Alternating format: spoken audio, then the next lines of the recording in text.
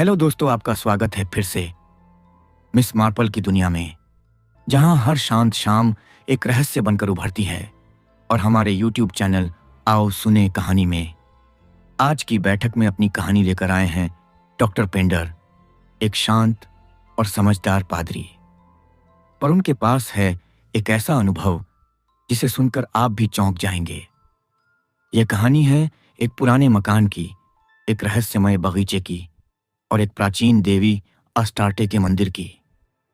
एक आम सी पार्टी, लेकिन अचानक सब कुछ बदल जाता है जब कोई उस मंदिर में प्रवेश करता है और वहीं एक हत्या हो जाती है। क्या यह देवी की शक्ति का प्रकोप था या फिर किसी ने अपनी चालाकी से एक भ्रम का जाल बुना? मिस मार्पल और बाकी सभी अब इस असामान्य कहानी के सुराग तलाशेंगे। तो चलिए सुनते हैं द आइडल हाउस ऑफ अस्टार्टे और फिर सोचिए, क्या आप मिस मार्पल से पहले सच तक पहुंच सकते हैं? और अब डॉक्टर पेंडर, आप हमें क्या बताने वाले हैं? बूढ़े पादरी ने धीरे से मुस्कुराते हुए कहा। मेरा जीवन शांत जगहों पर बीता है, उन्होंने कहा। मेरे जीवन में बहुत कम महत्वपूर्ण घटनाएं घटी हैं। फिर भी एक बार जब मैं जवान था, मुझे एक बहुत ही अजीब और दुखद अनुभव हुआ। जॉयस लेम्प्रियर ने उत्साह से कहा। मैं इसे कभी नहीं भूला, पादरी ने आगे कहा। उस समय इसने मुझ पर गहरा प्रभाव डाला था और आज भी याददाश्त के हल्के से प्रयास से मैं उस भयानक क्षण के विस्मय और आतंक को फिर से महसूस कर सकता हूं जब मैंने एक ऐसे व्यक्ति को देखा था जिसे किसी नश्वर शक्ति ने मौत के घाट उतार दिया था। आप मुझे बहुत डरावना महसूस कराते हैं पेंडर, सर हेनरी ने शिकायत की। इसने मुझे डरावना महसूस कराया, जैसा कि आप इसे कहते हैं, दूसरे ने उत्तर दिया। तब से मैंने उन लोगों पर कभी नहीं हंसा जो वातावरण शब्द का इस्तेमाल करते हैं। ऐसी ही एक चीज होती है, कुछ जगहें ऐसी होती हैं जो अच्छे या बुरे प्रभावों से भरी और संतृप्त होती हैं, जो अपनी शक्ति का एहसास करा सकती हैं। वह घर द लार्चेस बहुत ही दुखी है, मिस मार्पल ने टिप्पणी की। बूढ़े मिस्टर स्मिथर्स ने अपना सारा पैसा गंवा दिया और उसे छोड़ना पड़ा। फिर कार्सलेक ने उसे ले लिया और जॉनी कार्सलेक सीढ़ियों से गिरकर अपना पैर तोड़ बैठे और श्रीमती कार्सलेक को अपने स्वास्थ्य के लिए फ्रांस के दक्षिण में जाना पड़ा। और अब बर्डन परिवार को यह बीमारी हो गई है और मैंने सुना है कि बेचारे मिस्टर बर्डन का लगभग तुरंत ऑपरेशन होना है। मुझे लगता है कि ऐसे मामलों में बहुत ज्यादा अंधविश्वास है, मिस्टर पैथरिक ने कहा। बेवकूफ़ी भरी खबरों को बिना सोचे समझे प्रसारित करने से संपत्ति को बहुत नुकसान होता है। मैं एक दो भूतों को जानता हूं जिनका व्यक्तित्व बहुत मजबूत था, सर हेनरी ने हंसते हुए टिप्पणी की। मुझे लगता है, रेमंड ने कहा, हमें डॉ पेंडर को अपनी कहानी जारी रखने देनी चाहिए। जॉयस उठी और दोनों लैंप बुझा दिए, जिससे कमरा सिर्फ टिमटिमाती आग की रोशनी से रोशन हो गया। माहौल, उसने कहा, अब हम साथ साथ चल सकते हैं। डॉक्टर पेंडर उसकी ओर मुस्कुराए और अपनी कुर्सी पर पीछे झुककर अपना पिंस नेज उतारते हुए एक मधुर यादगार आवाज में अपनी कहानी शुरू की। मुझे नहीं पता कि आप में से कोई डार्टमूर को जानता भी है या नहीं। जिस जगह के बारे में मैं आपको बता रहा हूं वह डार्टमूर की सीमा पर स्थित है। यह एक बहुत ही आकर्षक संपत्ति थी, हालांकि यह कई सालों से बिना किसी खरीदार के बाजार में थी। सर्दियों में स्थिति शायद थोड़ी निराशाजनक थी, लेकिन दृश्य शानदार थे और संपत्ति में कुछ अनोखी और अनोखी विशेषताएं थीं। इसे हेडन नाम के एक व्यक्ति ने खरीदा था, सर रिचर्ड हेडन। मैं उन्हें उनके कॉलेज के दिनों से जानता था और हालांकि मैं कुछ सालों से उनसे दूर था, दोस्ती के पुराने रिश्ते अब भी कायम थे और मैंने खुशी खुशी साइलेंट ग्रोव जाने का उनका निमंत्रण स्वीकार कर लिया, जैसा कि उनके नए घर का नाम था। घर पर पार्टी बहुत बड़ी नहीं थी। वहां रिचर्ड हेडन खुद थे और उनके चचेरे भाई इलियट हेडन, एक लेडी मैनरिंग थी जिनकी एक गोरी बल्कि साधारण बेटी वायलेट थी। वहां कैप्टन रॉजर्स और उनकी पत्नी थे, जो घुड़सवारी में माहिर थे, मौसम की मार झेल रहे थे और सिर्फ घोड़ों और शिकार के लिए जीते थे। वहां एक युवा डॉ साइमंड्स भी थे और मिस डायना एशले भी थीं। मुझे आखिरी नाम वाले के बारे में कुछ पता था। उनकी तस्वीर अक्सर सोसाइटी के अखबारों में छपती थी और वह सीजन की कुख्यात सुंदरियों में से एक थीं। उनका रूप रंग वाकई बहुत आकर्षक था। वह सांवली और लंबी थीं। उनकी त्वचा हल्के क्रीम रंग की थी और उनकी आधी बंद गहरी आंखें उनके सिर में तिरछी थीं, जो उन्हें एक अजीब और गरीब तीखा पूर्वी रूप दे रही थीं। उसकी बोलने की आवाज भी बहुत अच्छी थी, गहरी और घंटी जैसी। मैंने तुरंत समझ लिया कि मेरे दोस्त रिचर्ड हेडन उससे बहुत आकर्षित थे और मैंने अंदाजा लगा लिया कि पूरी पार्टी बस उसके लिए एक माहौल बनाने के लिए आयोजित की गई थी। उसकी अपनी भावनाओं के बारे में मैं इतना आश्वस्त नहीं था। वह अपनी पसंद नापसंद में मनमानी करती थी। एक दिन रिचर्ड से बात करती और बाकी सबको नजरअंदाज कर देती, और दूसरे दिन उसके चचेरे भाई इलियट को पसंद करती, और ऐसा लगता जैसे उसे रिचर्ड जैसा कोई इंसान भी नजर नहीं आ रहा था। और फिर वह शांत और एकाग्रचित्त डॉक्टर साइमंड्स पर अपनी मनमोहक मुस्कान बिखेर देती। मेरे आने के बाद वाली सुबह हमारे मेजबान ने हमें पूरी जगह दिखाई। घर अपने आप में साधारण था। डेवोनशायर ग्रेनाइट से बना एक अच्छा मजबूत घर, समय और खुलेपन को झेलने के लिए बनाया गया। यह रूमानी नहीं था, लेकिन बहुत आरामदायक था। इसकी खिड़कियों से मूर का मनोरम दृश्य दिखाई देता था। विशाल लुढ़कती पहाड़ियां जिन पर मौसम की मार झेल चुके टॉर्स की चोटियां थीं। हमारे सबसे नजदीकी टोर की ढलानों पर कई झोपड़ियों के घेरे थे, जो उत्तर पाषाण युग के बीते दिनों के अवशेष थे। एक और पहाड़ी पर एक टीला था, जिसकी हाल ही में खुदाई की गई थी और जिसमें कुछ कांसे के औजार मिले थे।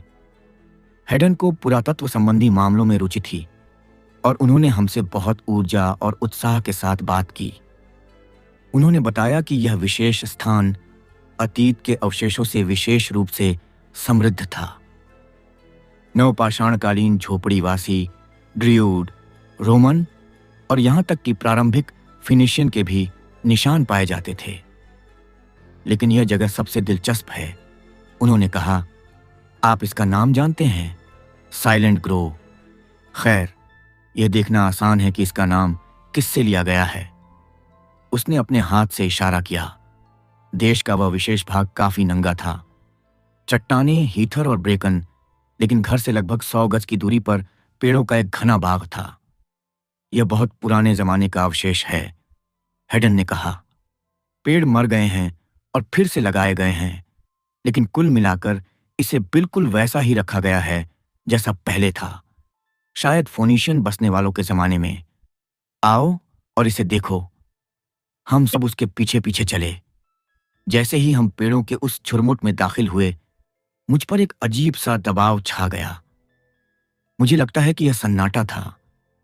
इन पेड़ों पर कोई पक्षी घोंसला नहीं बनाता था। यहां एक वीरानी और खौफ का एहसास था। मैंने देखा कि हेडन एक अजीब सी मुस्कान के साथ मेरी तरफ देख रहा था। इस जगह के बारे में कोई एहसास, पेंडर? उसने मुझसे पूछा। अब विरोध या बेचैनी? मुझे यह पसंद नहीं है, मैंने धीरे से कहा। आप अपने हक के अंदर हैं। यह आपके धर्म के एक पुराने दुश्मन का गढ़ था। यह अस्तार्ते का झुरमुट है। अस्तार्ते, अस्तार्ट या इश्तार या अश्तोरेत या जो भी आप उसे कहना चाहें। मुझे अस्तार्ट का फोनीशियन नाम ज्यादा पसंद है। मेरा मानना है कि इस देश में एक जाना माना अस्तार्ट ग्रोव है, उत्तर में दीवार पर। मेरे पास कोई सबूत नहीं है, लेकिन मुझे यकीन है कि यहाँ एक सच्चा और प्रामाणिक अस्तार्ट ग्रोव है। यहाँ पेड़ों के इस घने घेरे में पवित्र अनुष्ठान किए जाते थे। पवित्र अनुष्ठान, डायना एशले बुदबुदाई। उसकी आंखों में एक स्वप्निल दूर की नजर थी। मुझे आश्चर्य है कि वे क्या थे। हर लिहाज से बहुत प्रतिष्ठित नहीं, कैप्टन रोजर्स ने जोरदार बेमतलब हंसी के साथ कहा।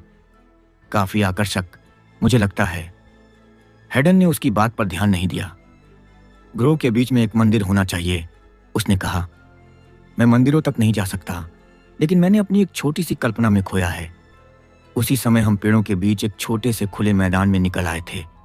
उसके बीच में पत्थर से बना एक ग्रीष्मकालीन घर जैसा कुछ था।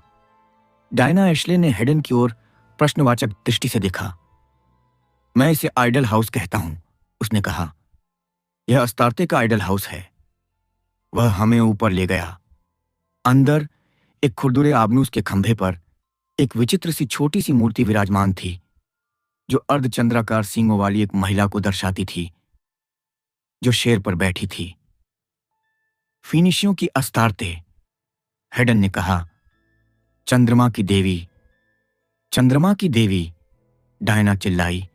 ओह, चलो आज रात एक जंगली नंगा नाच करते हैं, फैंसी ड्रेस, और हम यहां चांदनी में आकर अस्तार्ते की रस्में मनाएंगे।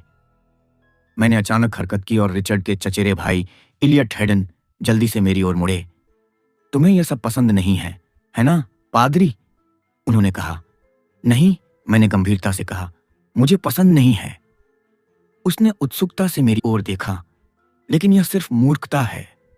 डिक नहीं जान सकता कि यह सचमुच एक पवित्र उपवन है। यह सिर्फ उसकी एक कल्पना है। उसे इस विचार से खेलना पसंद है। और वैसे भी अगर ऐसा होता। अच्छा, वह असहज होकर हंसा। तुम इस तरह की चीजों में विश्वास नहीं करते, है ना? तुम एक पादरी। मुझे यकीन नहीं है कि एक पादरी होने के नाते मुझे इस पर विश्वास नहीं करना चाहिए, लेकिन इस तरह की चीजें तो अब खत्म हो चुकी हैं। मुझे इतना यकीन नहीं है, मैंने सोचते हुए कहा। मैं बस इतना जानता हूं, मैं आमतौर पर वातावरण के प्रति संवेदनशील व्यक्ति नहीं हूं, लेकिन जब से मैंने पेड़ों के इस उपवन में प्रवेश किया है, मुझे अपने चारों ओर एक अजीब सा प्रभाव और बुराई और खतरे का एहसास हुआ है। उसने बेचैनी से अपने कंधे पर नजर डाली। हाँ किश, उन्होंने कहा, यह किसी न किसी तरह से अजीब है। मैं जानता हूं कि तुम्हारा क्या मतलब है, लेकिन मुझे लगता है कि सिर्फ हमारी कल्पना ही हमें ऐसा महसूस कराती है। तुम क्या कहते हो, साइमंड्स? डॉक्टर जवाब देने से पहले 1-2 मिनट चुप रहे। फिर उन्होंने धीरे से कहा, मुझे यह पसंद नहीं है। मैं तुम्हें बता नहीं सकता कि क्यों, लेकिन किसी न किसी तरह मुझे यह पसंद नहीं है। उसी समय वायलेट मैनरिंग मेरे पास आई। मुझे इस जगह से नफरत है, वह चिल्लाई। मुझे इससे नफरत है। चलो यहां से निकल चलते हैं। हम वहां से चले गए और बाकी लोग भी हमारे पीछे आ गए। सिर्फ डायना एशले ही रुकीं। मैंने अपना सिर कंधे पर घुमाया और देखा कि वह आइडल हाउस के सामने खड़ी उसके अंदर की छवि को गौर से देख रही थीं। दिन असामान्य रूप से गर्म और खूबसूरत था, और उस शाम डायना एशले के फैंसी ड्रेस पार्टी के सुझाव को सभी ने पसंद किया। हमेशा की तरह हंसी मजाक, फुसफुसाहट और उन्मत्त गुप्त सिलाई हुई, और जब हम सब रात के खाने के लिए पहुंचे तो हमेशा की तरह खुशी के नारे लगे। रॉजर्स और उनकी पत्नी नवपाषाण काल की झोपड़ियों में रहते थे। इसी वजह से अचानक चूल्हे पर कालीनों की कमी हो गई थी। रिचर्ड हेडन खुद को एक फोनिशियन नाविक बताते थे, और उनके चचेरे भाई एक ब्रिगेड प्रमुख थे। डॉक्टर साइमंड्स एक रसोइया थे। लेडी मैनरिंग एक अस्पताल की नर्स थीं, और उनकी बेटी एक सर्कसियन दासी थी। मैं खुद एक साधु की तरह कुछ ज्यादा ही गर्म कपड़ों में सजी हुई थी। डायना एशले सबसे आखिर में नीचे आईं, और एक आकारहीन काले डोमिनो में लिपटी होने के कारण हम सभी के लिए कुछ हद तक निराशाजनक थीं। अज्ञात, उसने हल्के से कहा, मैं यही हूं। अब भगवान के लिए चलो रात के खाने के लिए अंदर चलते हैं। रात के खाने के बाद हम बाहर गए। रात बहुत सुहानी थी, गर्म और मुलायम, और चांद उग रहा था। हम इधर उधर घूमते और बातें करते रहे, और समय जल्दी ही बीत गया। लगभग 1 घंटा बीत चुका होगा जब हमें एहसास हुआ कि डायना एशले हमारे साथ नहीं है। जरूर वह सोने नहीं गई होगी, रिचर्ड हेडन ने कहा। वायलेट मैनरिंग ने अपना सिर हिलाया। अरे नहीं, उसने कहा, मैंने उसे लगभग 15 मिनट पहले उस दिशा में जाते देखा था। बोलते हुए उसने पेड़ों के उस झुरमुट की ओर इशारा किया जो चांदनी में काला और छायादार दिखाई दे रहा था। मुझे आश्चर्य है कि वह क्या कर रही होगी, रिचर्ड हेडन ने कहा। कसम से कोई शैतानी कर रही होगी। चलो जाकर देखते हैं। हम सब एक साथ चल पड़े, कुछ उत्सुकता से कि मिस एशले क्या कर रही हैं। फिर भी मुझे पेड़ों की उस अंधेरी भयावह पट्टी में प्रवेश करने में एक अजीब सी हिचकिचाहट महसूस हुई। ऐसा लग रहा था जैसे मुझसे ज्यादा ताकतवर कोई चीज मुझे रोक रही हो और मुझे अंदर न जाने के लिए कह रही हो। मुझे उस जगह की मूल दुष्टता के बारे में पहले से कहीं ज्यादा यकीन हो गया। मुझे लगता है कि कुछ और लोगों को भी वही अनुभूति हुई जो मुझे हुई, हालांकि वे इसे स्वीकार करने से कतराते। पेड़ इतने पास पास लगे थे कि चांदनी अंदर नहीं जा पा रही थी। हमारे चारों ओर एक दर्जन से ज्यादा धीमी आवाजें, फुसफुसाहटें और आहें भर रही थीं। यह एहसास बेहद डरावना था और आम सहमति से हम सब एक दूसरे के करीब रहे। अचानक हम बाग के बीच खुले मैदान में आ गए और विस्मय से वहीं जड़वत खड़े हो गए, क्योंकि वहां मूर्ति भवन की दहलीज पर एक झिलमिलाती हुई आकृति पारदर्शी धुंध में कसकर लिपटी हुई थी और उसके बालों के काले गुच्छों से 2 अर्धचंद्राकार सींग निकल रहे थे। हे भगवान! रिचर्ड हेडन ने कहा और उसके माथे पर पसीना आ गया। लेकिन वायलेट मैनरिंग ज्यादा तेज थी। अरे यह तो डायना है, वह चिल्लाई। उसने अपने साथ क्या कर लिया है? ओह, वह तो बिल्कुल अलग दिख रही है। द्वार पर खड़ी आकृति ने अपने हाथ ऊपर उठाए। वह एक कदम आगे बढ़ी और ऊंची मीठी आवाज में मंत्रोच्चार किया। मैं अस्तार्ते की पुजारिन हूं, उसने धीमी आवाज में कहा। मेरे पास आते वक्त सावधान रहना, क्योंकि मेरे हाथ में मौत है। ऐसा मत करो प्रिय, लेडी मैनरिंग ने विरोध किया। तुम हमें सचमुच डराती हो। हेडन उसकी ओर झपटा। हे भगवान डायना, वह चिल्लाया, तुम अद्भुत हो। मेरी आंखें अब चांदनी की आदी हो गई थीं और मैं ज्यादा साफ देख सकता था। वह वास्तव में, जैसा कि वायलेट ने कहा था, बिल्कुल अलग दिख रही थी। उसका चेहरा ज्यादा स्पष्ट रूप से पूर्वी था और उसकी आंखें ज्यादा दरारों जैसी थीं, जिनकी चमक में कुछ क्रूरता थी, और उसके होठों पर एक अजीब सी मुस्कान थी जो मैंने पहले कभी नहीं देखी थी। खबरदार, उसने चेतावनी देते हुए कहा, देवी के पास मत जाना। अगर कोई मुझ पर हाथ उठाता है तो वह मौत है। तुम अद्भुत हो डायना, हेडन चिल्लाया। लेकिन इसे रोको, किसी न किसी तरह मुझे यह पसंद नहीं है। वह घास के पार उसकी ओर बढ़ रहा था और उसने उसकी ओर हाथ बढ़ाया। रुको, वह चिल्लाई, एक कदम और पास आओ और मैं तुम्हें अस्तार्ते के जादू से मार दूंगी। रिचर्ड हेडन हंसे और अपनी चाल तेज कर दी। तभी अचानक एक अजीब सी घटना घटी। वह एक पल के लिए झिझके, फिर लड़खड़ाकर सिर के बल गिर पड़े। वह फिर उठे नहीं, बल्कि जमीन पर जहां गिरे थे वहीं पड़े रहे। अचानक डायना जोर जोर से हंसने लगी। यह एक अजीब सी भयानक आवाज थी जिसने मैदान के सन्नाटे को तोड़ दिया। कसम से इलियट आगे बढ़ा। मैं यह बर्दाश्त नहीं कर सकता, वह चिल्लाया। उठो डिक, उठो यार। लेकिन रिचर्ड हेडन अभी भी वहीं पड़े थे जहां गिरे थे। इलियट हेडन उनके पास पहुंचे, उनके पास घुटनों के बल बैठे और उन्हें धीरे से पलट दिया। वह उनके ऊपर झुके, उनके चेहरे को देखते रहे। फिर वह तेजी से अपने पैरों पर खड़े हुए और थोड़ा लड़खड़ाते हुए खड़े हो गए। डॉक्टर, उन्होंने कहा, डॉक्टर, भगवान के लिए आइए।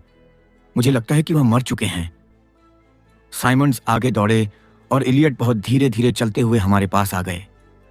वह अपने हाथों की ओर इस तरह देख रहा था जिसे मैं समझ नहीं पाया। उसी क्षण डायना की चीख बेकाबू होकर निकली। मैंने उसे मार डाला, वह चिल्लाई। हे भगवान, मेरा ऐसा करने का इरादा नहीं था, पर मैंने उसे मार डाला। और वह बेहोश होकर घास पर ढेर हो गई। श्रीमती रोजर्स की चीख सुनाई दी। ओह, चलो इस भयानक जगह से दूर चलते हैं, वह विलाप करती हुई बोली। यहां हमारे साथ कुछ भी हो सकता है। ओह, यह भयानक है। एलियट ने मेरा कंधा पकड़ लिया। ऐसा नहीं हो सकता यार, वह बुदबुदाया। मैं तुमसे कहता हूं, ऐसा नहीं हो सकता। किसी आदमी को इस तरह नहीं मारा जा सकता। यह प्रकृति के विरुद्ध है। मैंने उसे शांत करने की कोशिश की। कुछ तो वजह है, मैंने कहा। तुम्हारे चचेरे भाई के दिल में जरूर कोई अप्रत्याशित कमजोरी रही होगी, सदमा और उत्तेजना। उसने मुझे बीच में ही टोक दिया। तुम समझ नहीं रहे हो, उसने कहा।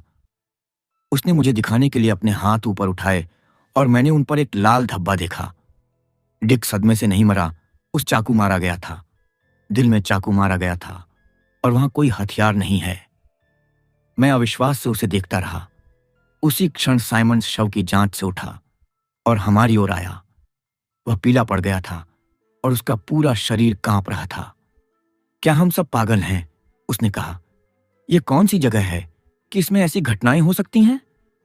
तो यह सच है, मैंने कहा। उसने सिर हिलाया। घाव ऐसा है जैसे किसी लंबे पतले खंजर से बनता, लेकिन वहां कोई खंजर नहीं है। हम सबने एक दूसरे की तरफ देखा। लेकिन यह वहां जरूर होगा, इलियट हेडन चिल्लाया। यह गिर गया होगा, यह कहीं जमीन पर होगा। चलो देखते हैं। हम जमीन पर व्यर्थ ही इधर उधर देखते रहे। वायलेट मैनरिंग ने अचानक कहा, डायना के हाथ में कुछ था, एक तरह का खंजर। मैंने उसे देखा। जब उसने उसे धमकाया तो मैंने उसे चमकते देखा। एलियट हेडन ने अपना सिर हिलाया। वह कभी भी उसके 3 गज के दायरे में नहीं आया। उसने आपत्ति जताई। लेडी मैनरिंग जमीन पर लेटी लड़की के ऊपर झुकी हुई थी। अब उसके हाथ में कुछ भी नहीं है, उसने घोषणा की, और मुझे जमीन पर कुछ भी दिखाई नहीं दे रहा है। क्या तुम्हें यकीन है कि तुमने उसे देखा था, वायलेट? मैंने नहीं देखा। डॉक्टर साइमंड्स लड़की के पास आए। हमें उसे घर पहुंचाना होगा, उन्होंने कहा। रोजर्स, क्या तुम मदद करोगे? हम दोनों मिलकर बेहोश लड़की को घर वापस ले गए। फिर हम वापस लौटे और सर रिचर्ड का शव ले आए। डॉक्टर, पेंडर ने क्षमा याचना करते हुए बात रोकी और चारों ओर देखा। आजकल जासूसी कथाओं के प्रचलन के कारण कोई भी बेहतर जानता होगा। हर गली का लड़का जानता है कि शव को वहीं छोड़ देना चाहिए जहां वह मिला हो। लेकिन उन दिनों हमें यह जानकारी नहीं थी, और इसलिए हम रिचर्ड हेडन के शव को चौकोर ग्रेनाइट के घर में उसके शयन कक्ष में वापस ले गए और बटलर को पुलिस की तलाश में साइकिल पर भेज दिया गया। लगभग 12 मील की यात्रा। तभी इलियट हेडन ने मुझे एक तरफ खींच लिया। देखो, उन्होंने कहा, मैं वापस उपवन में जा रहा हूं। वह हथियार जरूर ढूंढना होगा। अगर कोई हथियार था, मैंने संदेह से कहा। उसने मेरा हाथ पकड़ लिया और उसे जोर से हिलाया। तुम्हारे दिमाग में अंधविश्वास की बातें घर कर गई हैं। तुम्हें लगता है कि उसकी मौत अलौकिक थी। खैर, मैं पता लगाने के लिए वापस उस उपवन में जा रहा हूं। मुझे अजीब तरह से उसका ऐसा करना बिल्कुल पसंद नहीं था। मैंने उसे रोकने की पूरी कोशिश की, लेकिन कोई फायदा नहीं हुआ। पेड़ों के उस घने घेरे का ख्याल ही मुझे घिनौना लग रहा था, और मुझे आगे आने वाली किसी अनहोनी का प्रबल पूर्वाभास हो रहा था। लेकिन इलियट पूरी तरह से जिद्दी था। मुझे लगता है वह खुद डरा हुआ था, लेकिन उसने कबूल नहीं किया। वह रहस्य की तह तक पहुंचने के दृढ़ संकल्प के साथ पूरी तरह तैयार था। वह एक बहुत ही भयानक रात थी। हम में से कोई भी सो नहीं सका, न ही सोने की कोशिश कर सका। जब पुलिस पहुंची तो उसे पूरी बात पर यकीन नहीं हुआ। उन्होंने मिस एशले से जिरह करने की तीव्र इच्छा जताई, लेकिन वहां उन्हें डॉक्टर साइमंड्स से निपटना पड़ा, जिन्होंने इस विचार का कड़ा विरोध किया। मिस एशले अपनी बेहोशी या समाधि से बाहर आ चुकी थीं, और उन्होंने उन्हें एक लंबी नींद की घूंट पिलाई थी। अगले दिन तक उसे किसी भी हालत में परेशान नहीं किया जाना था। सुबह लगभग 7 बजे तक किसी ने इलियट हेडन के बारे में नहीं सोचा था, और फिर साइमंड्स ने अचानक पूछा कि वह कहाँ है। मैंने बताया कि इलियट ने क्या किया था, और साइमंड्स का गंभीर चेहरा और भी गंभीर हो गया। काश उसने ऐसा न किया होता। यह मूर्खतापूर्ण है, उन्होंने कहा। आपको नहीं लगता कि उसे कोई नुकसान हुआ होगा? मुझे उम्मीद है कि नहीं। मुझे लगता है पादरी कि आपको और मुझे जाकर देखना चाहिए। मुझे पता था कि वह सही कह रहा था, लेकिन इस काम के लिए खुद को तैयार करने के लिए मुझे अपने पूरे साहस की जरूरत थी। हम साथ साथ निकले और एक बार फिर पेड़ों के उस बदकिस्मत बाग में दाखिल हुए। हमने उसे 2 बार पुकारा, लेकिन कोई जवाब नहीं मिला। 1-2 मिनट में हम खुले मैदान में पहुंच गए, जो सुबह की रोशनी में पीला और भूतिया लग रहा था। साइमंड्स ने मेरा हाथ पकड़ लिया और मैंने बुदबुदाते हुए कहा, कल रात जब हमने चांदनी में उसे देखा था तो घास पर औंधे मुंह एक आदमी का शव पड़ा था। अब सुबह के उजाले में वही नजारा हमारी आंखों के सामने था। इलियट हेडन ठीक उसी जगह लेटा था जहां उसका चचेरा भाई पड़ा था। हे भगवान, साइमंड्स ने कहा। उसे भी लग गया। हम घास पर साथ साथ दौड़े। इलियट हेडन बेहोश था, लेकिन उसकी सांसें कमजोर थीं और इस बार इस बात का कोई शक नहीं था कि इस त्रासदी का कारण क्या था। घाव में एक लंबा पतला कांसे का हथियार रह गया था। उसे कंधे में लगा, दिल में नहीं। यह तो किस्मत की बात है, डॉक्टर ने टिप्पणी की। हे भगवान, मुझे समझ नहीं आ रहा कि क्या सोचूं। कम से कम वह मरा नहीं है और वह हमें बता पाएगा कि क्या हुआ था। लेकिन इलियट हेडन यही नहीं कर पाया। उसका वर्णन बेहद अस्पष्ट था। उसने खंजर की व्यर्थ खोज की थी और आखिरकार खोज छोड़कर आइडल हाउस के पास जाकर खड़ा हो गया था। तभी उसे यकीन होने लगा कि पेड़ों की कतार से कोई उसे देख रहा है। उसने इस धारणा से लड़ने की कोशिश की, लेकिन उसे दूर नहीं कर पाया। उसने बताया कि एक ठंडी, अजीब हवा चल रही है। ऐसा लग रहा था कि यह पेड़ों से नहीं, बल्कि मूर्ति भवन के अंदर से आ रही है। वह मुड़ा और अंदर झांका।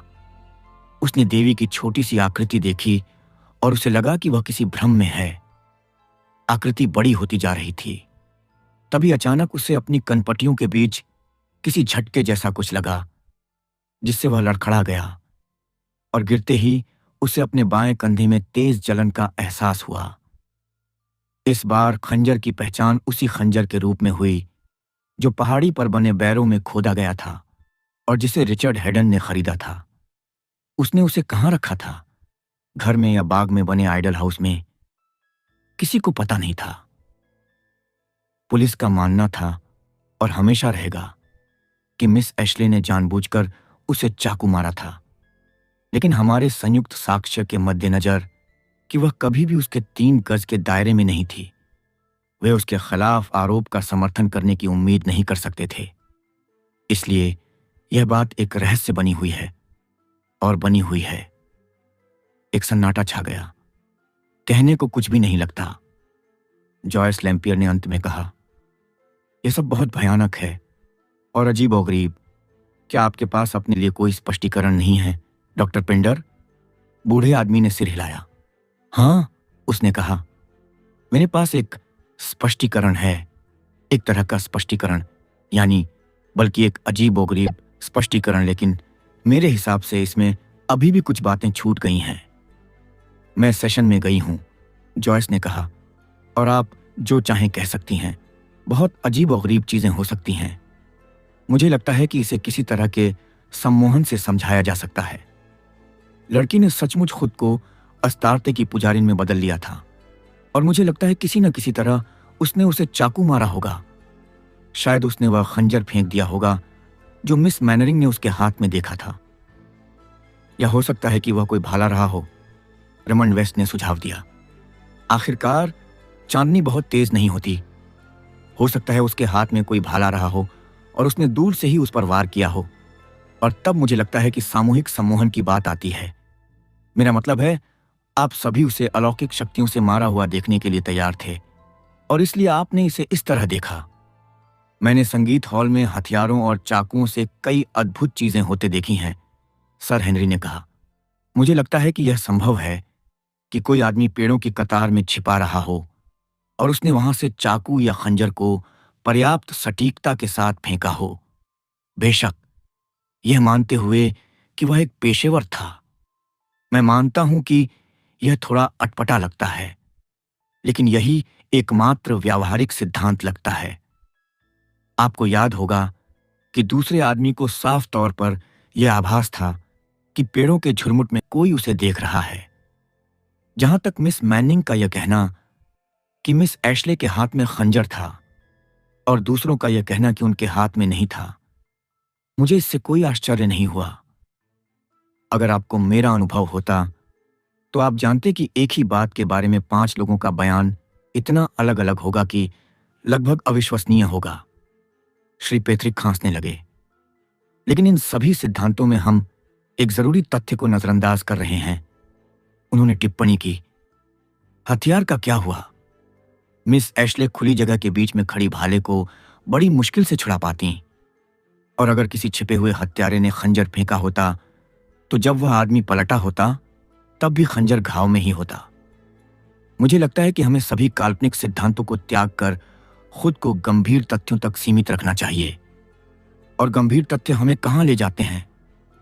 खैर, एक बात बिल्कुल साफ लगती है, जब वह आदमी मारा गया था तब उसके आसपास कोई नहीं था, इसलिए उसे चाकू मारने वाला एकमात्र व्यक्ति वही हो सकता था। दरअसल आत्महत्या। लेकिन आखिर वह आत्महत्या क्यों करना चाहेगा? रेमंड वेस्ट ने अविश्वास से पूछा। वकील फिर खांसने लगा।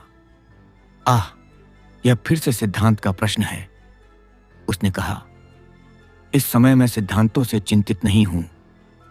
मुझे लगता है उस अलौकिक शक्ति को छोड़कर, जिस पर मैं एक पल के लिए भी विश्वास नहीं करता, कि चीजें बस इसी तरह घटित हो सकती थीं।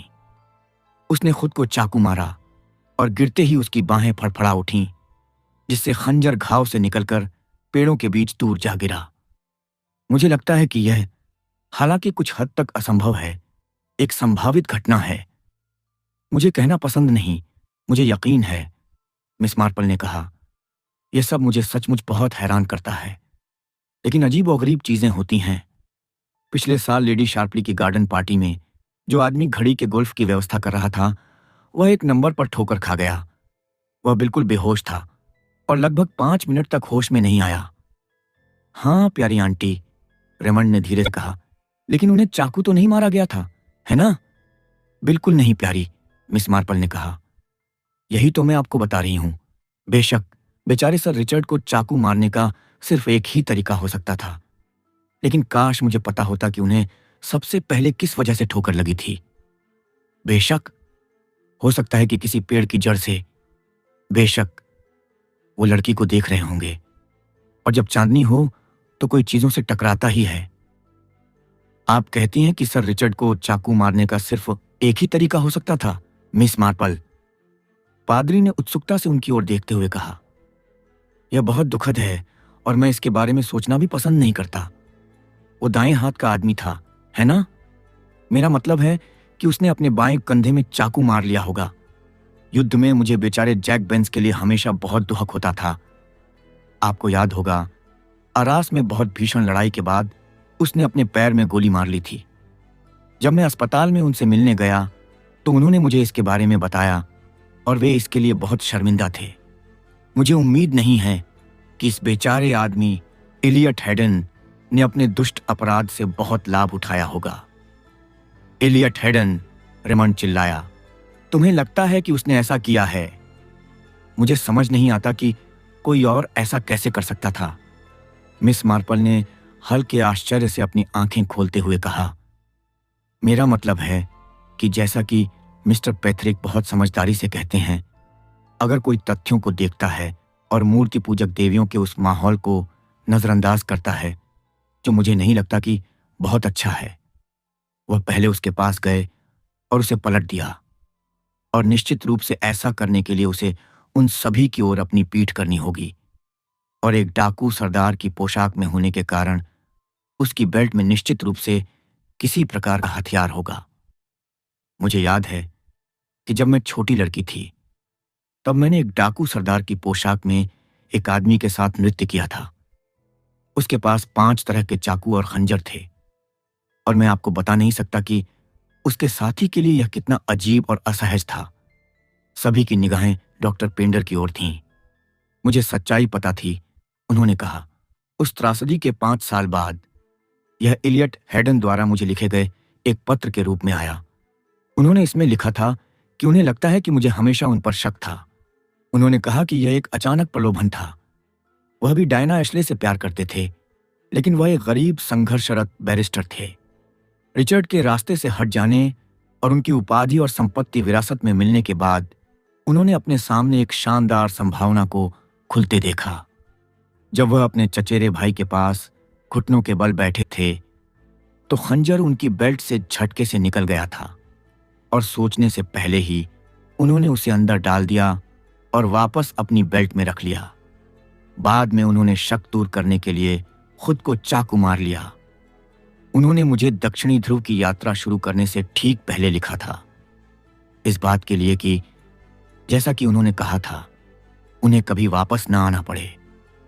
मुझे नहीं लगता कि उसका वापस आने का कोई इरादा था, और मैं जानता हूं कि जैसा कि मिस मार्पल ने कहा है, उसके अपराध से उसे कोई फायदा नहीं हुआ। 5 साल से, उसने लिखा, मैं नर्क में रहा हूं।